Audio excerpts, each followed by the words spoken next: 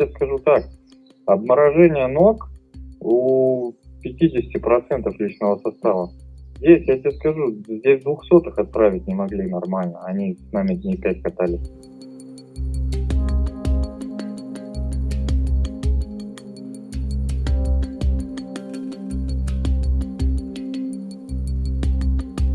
Это было на 4-й день.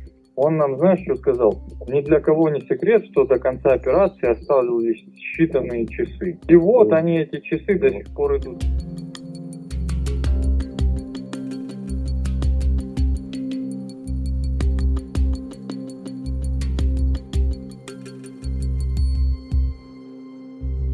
Сука, даже в Чечне в свое время такого не было. Намного было, хоть ясно было. Тут такой трэш. Я говорю, нас свой самолет авиабомбы скинул. Не знаю, это, блядь, дурдом нахер. Это спецоперация, блядь.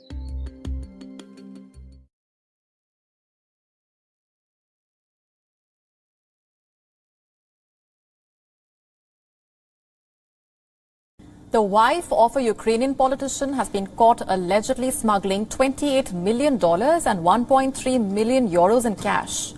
Anastasia Katvitska was caught by the authorities in neighboring Hungary carrying cash stashed in suitcases.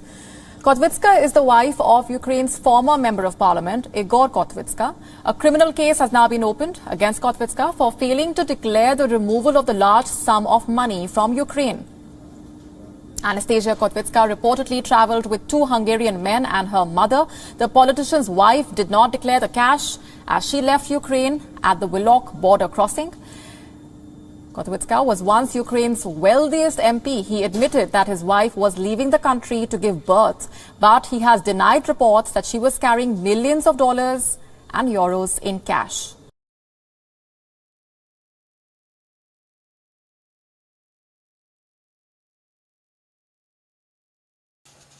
A Russian court has sentenced the jailed opposition leader Alexei Navalny to 9 years in maximum security prison for what prosecutors called embezzlement. And in the last hour, it's been reported that 2 of his lawyers who intended to appeal the court's decision have been arrested, though it's thought they were later released. Mr. Navalny leads an anti-corruption foundation that claims President Putin has illegally acquired a fortune worth billions of dollars, including a huge palace and one of the world's largest yachts.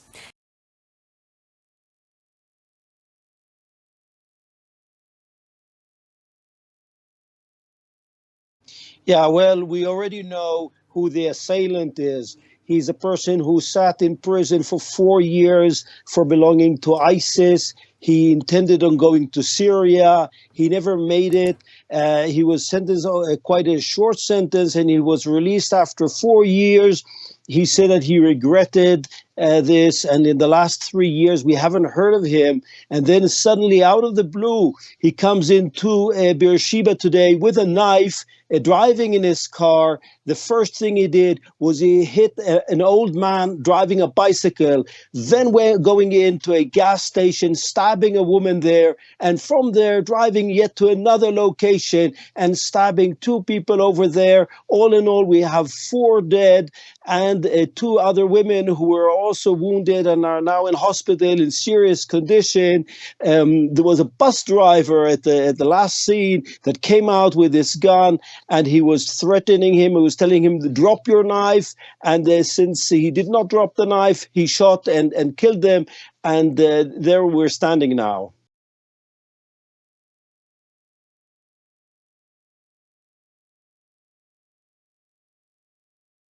New video shows one of the world's most popular jetliners dropping from the sky. Security images obtained by state-owned television show China Eastern Airlines Flight 5735 plunging straight down into the mountains of southern China. Data from Flight Radar 24 shows minutes after leveling off at a cruising altitude of 29,000 feet, the Boeing 737 began a rapid dive, losing more than 25,000 feet in less than 2 minutes. China state media says all 132 people on board were killed.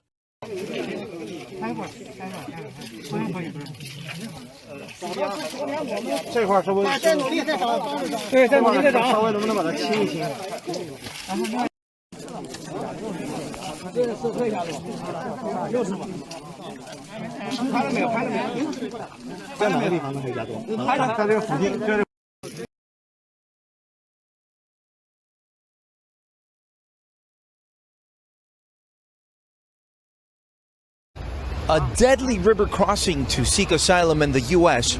For thousands of Cubans, it's the last step of a long journey. Under the cover of darkness, groups face the currents of the Rio Grande, avoiding Mexican officers unable to stop them. The arrival of Cubans increasing by the thousands at the southern border after Nicaragua lifted all visa requirements last November. The change? Opening a new path, starting with a flight to Nicaragua and then traveling by land to the U.S.-Mexico border. In Mexico, immigration officials recording a massive increase in Cubans entering the country from 6,000 in October to 9,000 in November and 11,000 in December of 2021. 2 months later, the U.S. Border Patrol recording 16,000 Cuban apprehensions in February. That's the highest ever recorded for a single month.